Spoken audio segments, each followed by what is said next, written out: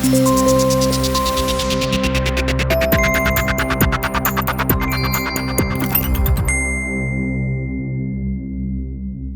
know there's a couple of drug summits being held in Glasgow this week, one by the UK government, the other by the Scottish government, but rather than go on about them, I want to take you to Shettleston Road in the East End to meet a man called Thomas Kerr, because I think the story of his life, and his experiences, can provide a lot of the answers the summits are looking for.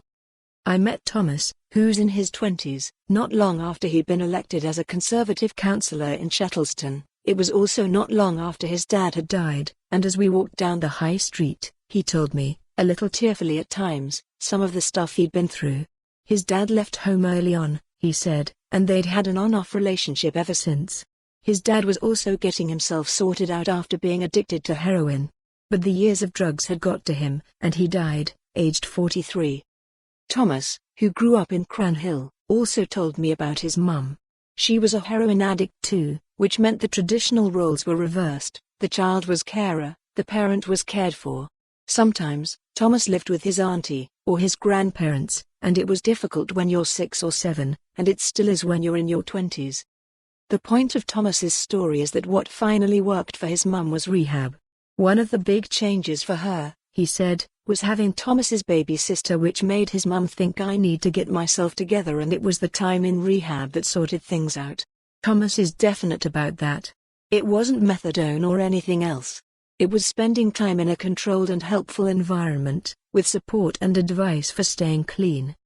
Darren McGarvey, the author of Poverty Safari, says something similar about his experiences in rehab.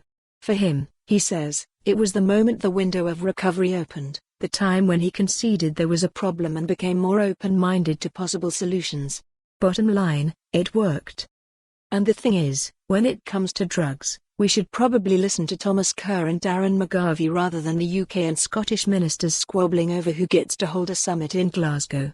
Apart from anything else, the evidence supports Thomas and Darren. Rehab can be 10 times more effective than methadone at keeping heroin addicts clean. Again, bottom line, it works.